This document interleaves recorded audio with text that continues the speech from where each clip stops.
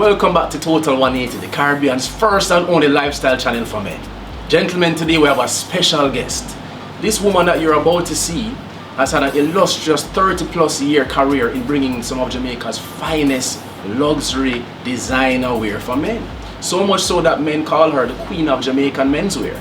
Ladies and gentlemen, Total 180 presents Sophia Max Brown.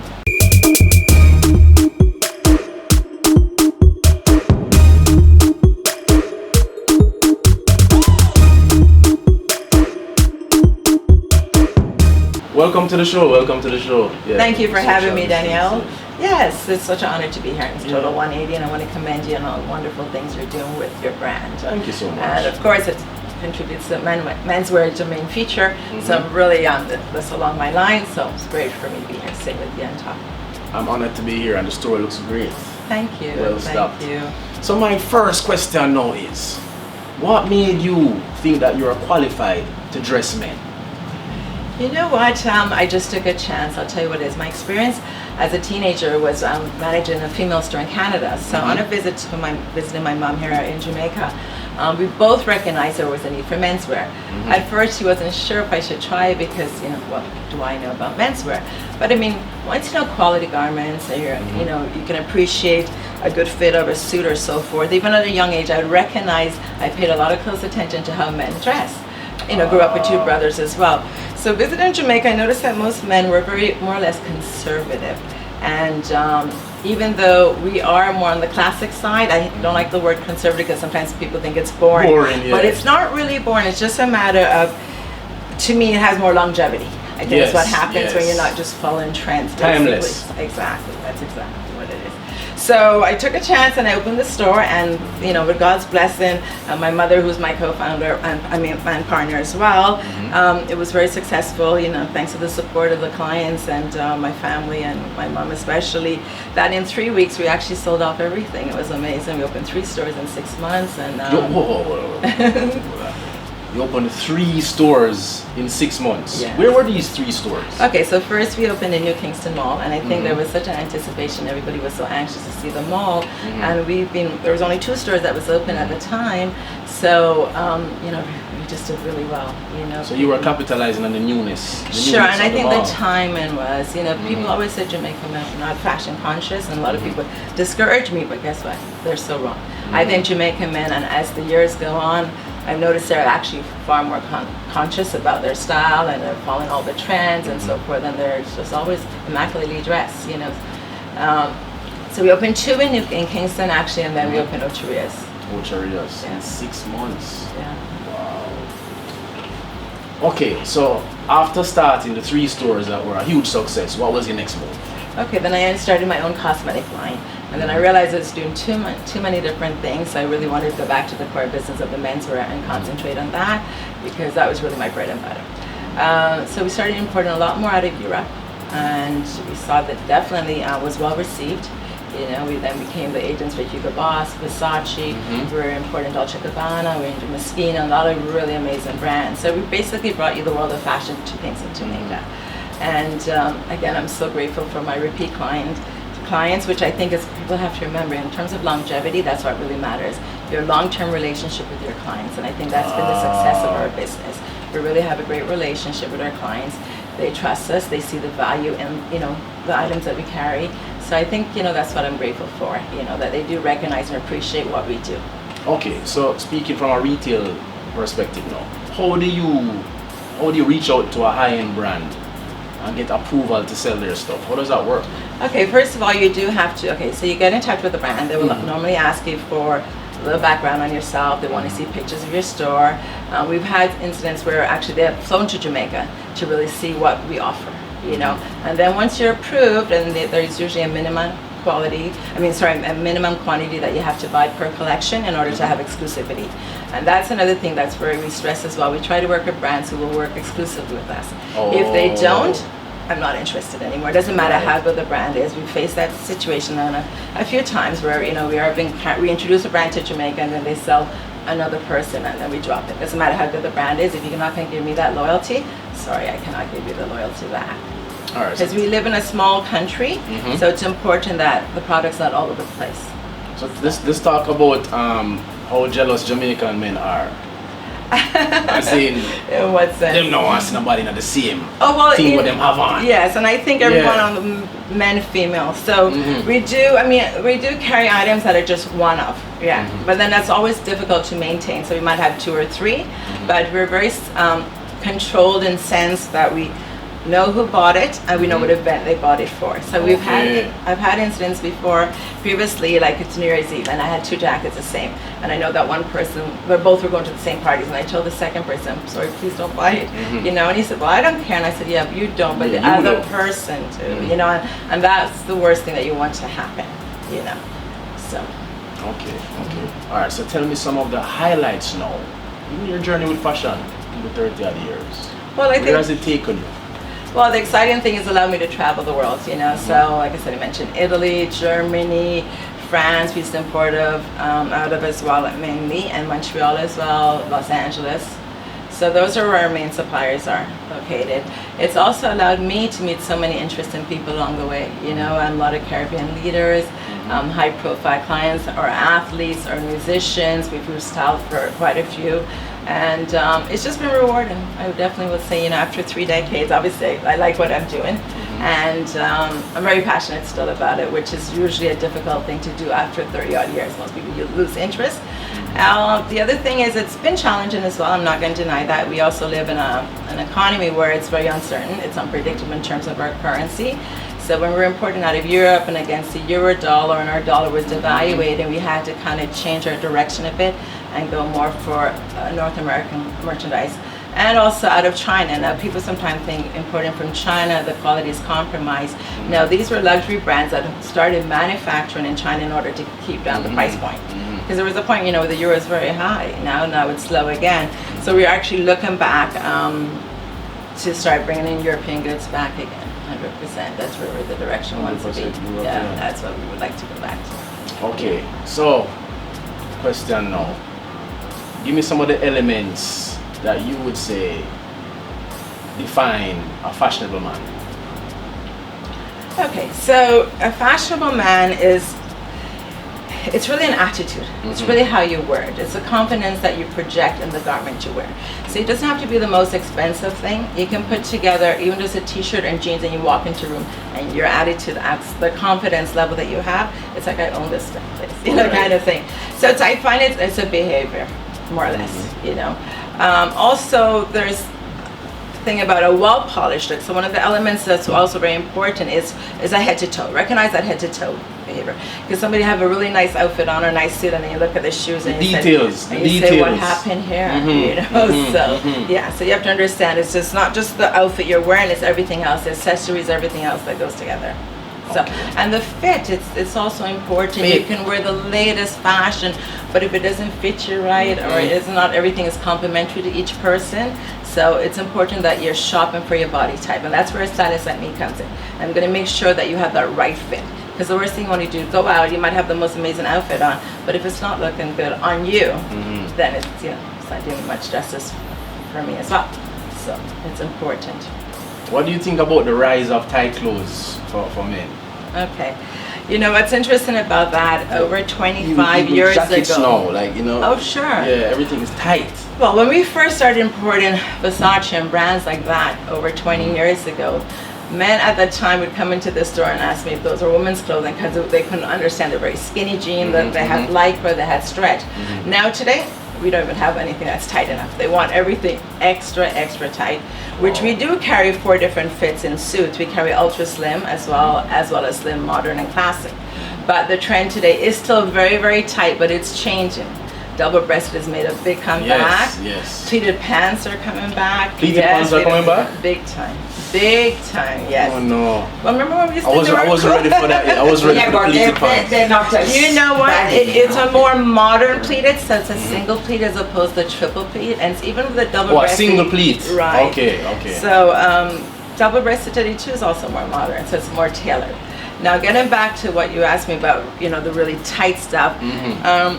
What I don't love is the short pants. I will be honest with you. A few people can really wear it well. I mean, we've seen some of our high-profile athletes rock it. The short pants, man. But yeah. it's not, A short jacket, you have to be careful of your body type to wear those short jacket.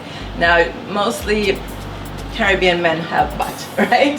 So you have to make sure it stops exactly at the end of your seat, because if not, and if it's vented, it's going to kick off. It's like you have a little tail. Right, it's not going to sit you. nicely. And then be careful of the fabric that you wear. Hold on. We're going to give a tutorial. Hold on, don't move. We'll give a tutorial now on the short pants issue, because it's a pet peeve. So first and foremost, right? We are saying that the taller you are, yes, then the less likely your pants should be short.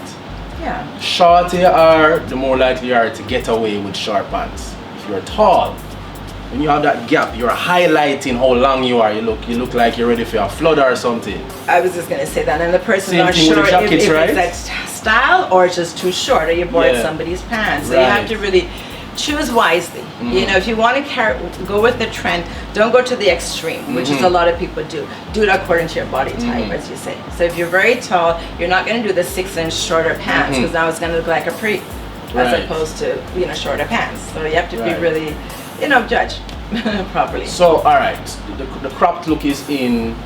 Some people do the cropped look. Where does it work? If you do wear it. I've seen it, people do it with formal wear. If that's their preference, that's fine. I'm not judging anybody. Does it work in the boardroom? It definitely not. Not in the boardroom. But I've seen people do the short pants for formal, tuxedos, no socks as well. Well, formal has certain guidelines. So you can push the envelope a little bit, but I think when you're invited to something formal, follow the guidelines. It's respectful to do that. That's the reason why the person recommends formal.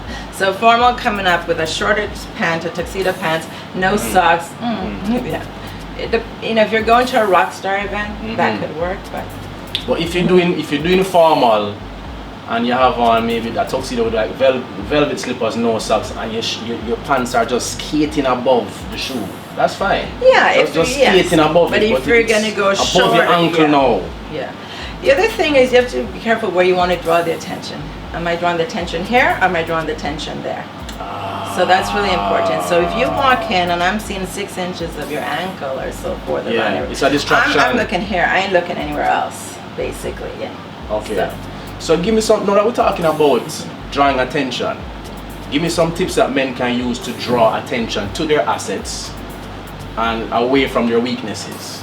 So let's say you have a strong chest. Yeah. You have skinny legs. How do you manipulate the clothing? Okay, so that's the case. So if you're going to be a broader shoulder and your bottom is really slimmer, you might want to wear a more fitted top and a little looser bottom, because then if you do tight all the way, then the emphasis is going to show a lot more. You're going to see the difference, right? So if you kind of balance the silhouettes where this is a little looser and then that's more fitted, so you get a more streamlined one. You understand? So. Suppose you're short. If you're short, then I would definitely, that's where the monochrome look comes in really nicely, because it one feels solid. If you're going to opt for mix match, then it's going to, well, I don't want to say heighten it, no pun intended, but it's going to actually make it you look shorter if you start mixing colors. So you have to keep it well tailored, and if it's one color all the way through, then subtle pinstripes are also nice. If you're also on the shorter side, don't go for a wide window pane. You want to go to a more subtle window pane. As close as you can stay to solid, you're always going to look taller. That's a given fact. So prints will take away, Prints. So, yeah. What income stream for you within your business is being a personal shopper. Yes, Let's it's talk one of about my that. favorites. Yeah, I really like personal shopping because it's really rewarding when a client, first of all, to trust you to build their wardrobe, and then they're happy about it, and then you get that real repeat business. Because we do have a lot of clients, and being in the corporate world before that, men are busy. They don't really have time to surf the net to shop, and when they travel, they're going into a board meeting and so forth. They don't really have time to hit the malls like us women will always make the time. So it's, I'm really honored and blessed that I do have quite a few clients, and not just in Jamaica. I have it in 3 other Caribbean islands as well, and North America. So yeah. Really? So how wide do you go into the wardrobe? Everything? Yes, so we can, even though I don't carry shoes on a wide scale, we do everything for them. So they just tell me what their needs are, I will source it. and the price points that they're giving me to the budget to work with, if there's a budget. But I always consider it no matter what, if there's a budget or not. So we give them options, right? And what's more important though, you have to remember the body type, the person you're shopping for, and how flexible they are in terms of, do they need a casual wear, do they need a business wear, what's their lifestyle like? Because that's how you're going to shop around them. And that's how you're going to keep their confidence in you and so forth. So it's important that I'm buying for what they like, not so much what I like, because it's got to be complementary to them. You understand? Suppose what they like isn't so great. Well, there's sometimes, well, you always have to be diplomatic in how you deliver that. So you have to coach that person slowly. So you look at the things that they like and you break them in slowly into the latest color of the season. So for somebody who it's hard to get them out of grays or so forth, so you go into like a little more fashion blue, like something like what you're wearing. It's still very fashionable, but it still very appeals to most people. You understand? So you got to just do it gradually. Gradually. Right. So, and then also it's important to let them know. I mean, take a chance, because you know what? Sometimes you got to come out of your comfort zone. Okay. All right. So you mentioned the single pleat pants. What else am I supposed to expect now for trends for men's fashion? We're going to see high-waisted pants back, as opposed to the low-rise. Yes. High-waisted pants. High-waisted pants without the belt loops that has a lap over. Yeah, you're going to see that. And actually the longer jacket is coming back. I haven't seen 3-button coming back, but once you start seeing the longer jacket, I'm sure that's to follow. Wider lapels, very exaggerated lapels. So back to the 90s? Well, that's fashion, So there's nothing unique. It goes around. That's the look we're going with now. Yeah. Big, boxy. The very extremely wide lapels, the lapels all the way to the shoulder. Yeah, you're seeing that. The really exaggerated peak. So, and ties are coming back wide as well, which would make sense, because the wider the lapel, the tie needs to coordinate. What about colors too? I mean, you're going back to olive tones, tan. I love the colors that's happening now, especially in suits, because like every color, from powder blue, pastel blue, you get in blush, you get in burgundy, wine, orange, like every color under the rainbow you can think of is in fashion. But the strong ones this season are olive green, hunter, and camel as well, which I haven't seen camel or earth tone in a while. For so suits? Nice. Yeah. For suits. Yeah. Hunter green. Yeah. And rust. Rust is also. What is your favorite? Let's talk about accessories a bit. How important accessories are, and your favorite accessory for men. Okay. So, well, my favorite is actually the tie. Tie. Some people it's a bow ties, but I love a really nice silk tie with a like texture to it is also nice. What's to me your number one is your belt. So many men don't realize how important that nice leather. Invest. You have. See, there's certain things you must invest in when you're building your wardrobe. A good blazer, a good dark suit, good belt, and shoes. Very important. Yeah. So, a good leather belt, you can always tell the quality a mile away. That same with the nice leather shoes. So that's very important. Pocket squares and those accessories, a cravat, I always like a cravat. Cravat is always nice, Neckwear, for some reason, I think, because that makes every outfit. Whether it's a cravat, it's a bow tie, it's a tie, that's what really pops an outfit. It's the centerpiece of the outfit. 100%, and it brings the whole look together. Okay. What's your take on mixing patterns? I love it, but a lot of people don't think it works. But I'll tell you, the best way patterns worked is keeping the color scheme. So many years ago, Perry Ellis became famous with that black and white plaid shirt with the black and white polka dot tie. And then they did black and white striped shirt with a black and white polka dot. And it looked amazing. So I think once you keep in the same color scheme, it works nicely. Okay.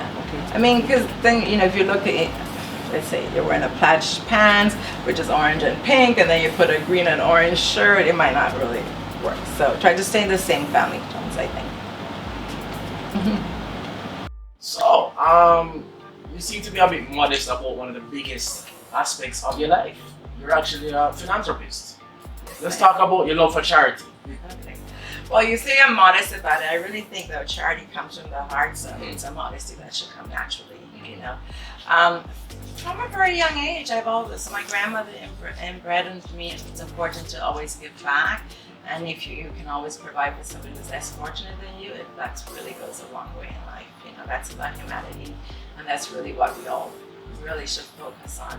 Not so much how much I can get, how much I can get. You have to give to receive, and you don't give just to receive, but I think it's part of what we are in this world for as human beings, to help others. We really are, you know.